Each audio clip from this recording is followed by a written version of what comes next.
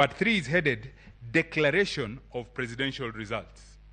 And I submit that this press statement is important because it is the first account by the second respondent as to how tallying and verification took place.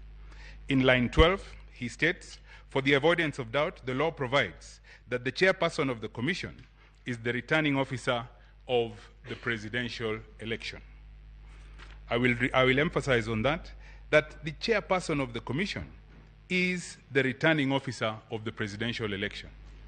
I will make submissions later on in my submissions, and I will hope to persuade you that there is no such position as the returning officer of the presidential election. It is a creation of the chairperson of the IEBC,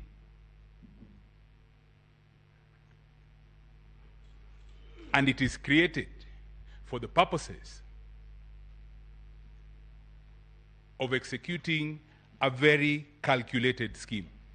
Be that as it may, I wish you to then go on to the second paragraph from the end at line 34, where he says, as per Article 86C of the Constitution of Kenya, the results from the polling stations are openly and accurately collated and promptly announced by the returning officer. The next sentence is important.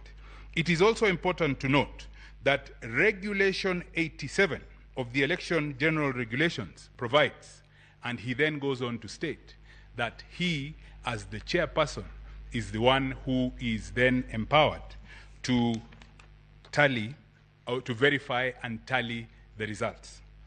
Again, later on on page 495, he goes on to state, this constitutional mandate, and he's talking about the mandate to tally and verify, this constitutional mandate falls squarely on the chairman of the commission, who is the national returning officer. Again, he repeats that, as gazetted in Gazette Notice number 4956 of the 28th of April 2022.